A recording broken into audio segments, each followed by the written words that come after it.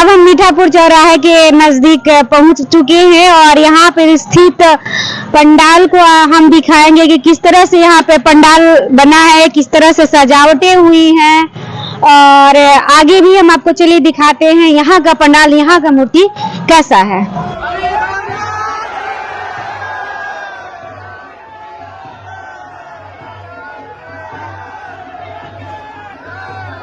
शारदीय नवरात्र 9 दिनों तक मनाया जाने वाला भारत का बहुत ही महत्वपूर्ण पर्व है। भक्त बड़ी श्रद्धा से महाअष्टमी का व्रत करते हैं। ऐसा माना जाता है कि महाअष्टमी का व्रत करने वाले भक्तों की मां दुर्गा सारी मनोकामनाएं पूरी करती हैं।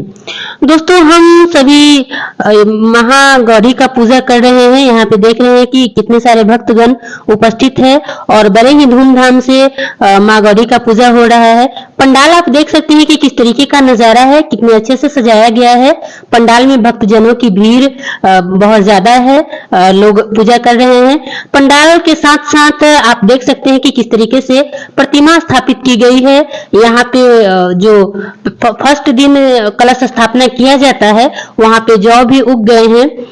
तो अब हम बताना चाहते हैं कि नवरात्र में जो माँ दुर्गा के 9 स्वरूपों की जो पूजा की जाती है, उसमें प्रथम दिन शैलपुत्री का पूजा किया जाता है, दूसरे दिन माँ के स्वरूप ब्रह्मचारिणी का पूजा किया जाता है, तीसरे दिन चंद्रघंटा, चौथे दिन कुष्मांडा, पांचवें दिन स्कंद माता, छठे दिन कात्यायनी, सातवें दिन कालरात्रि और अष्टमी दिन जिस दिन महाअष्टमी का पर्व लोग बड़ी श्रद्धा से करते हैं और माँ से मनोवांछित फल मांगते हैं, तो उस दिन महागौरी की पूजा की जाती है।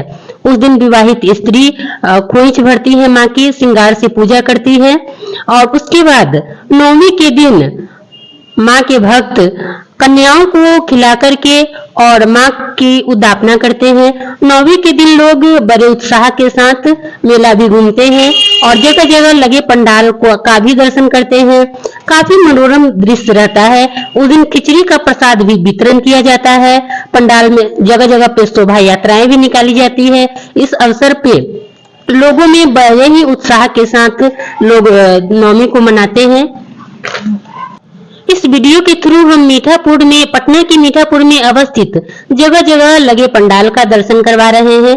यहाँ की पंडाल कितने भव्य तरीके से तैयार किया गया है, वो सब आप इस वीडियो के माध्यम से देख सकते हैं। और नवमी के दिन ऐसा माना जाता है कि समापन होता है और फिर नवमी का समापन के उपरांत दशमी को रावण दहन होता है, जो कि आपको हम अगले वीडियो में आपको दशमी में कैसे रावण का पुतला, मेघनाथ का पुतला, कुंभकर्ण का पुतला जलाया जाता है, ये सारा चीज हम आपको दिखाएंगे। ऐसा माना जाता है कि हमारे अंदर भी बहुत सारी बुराइयां छुपी होती है और हमारे अंदर जो बुराइयां होती हैं उसको हम रावण के प्रतीक में पुतला दहन करके अपने अंदर की बुराइयों को नष्ट करते हैं। आप देखिए किस तरीके से पंडाल का एक लाइटिंग की व्यवस्था की गई है। लाइटिंग कितना अच्छा से दिख रहा है।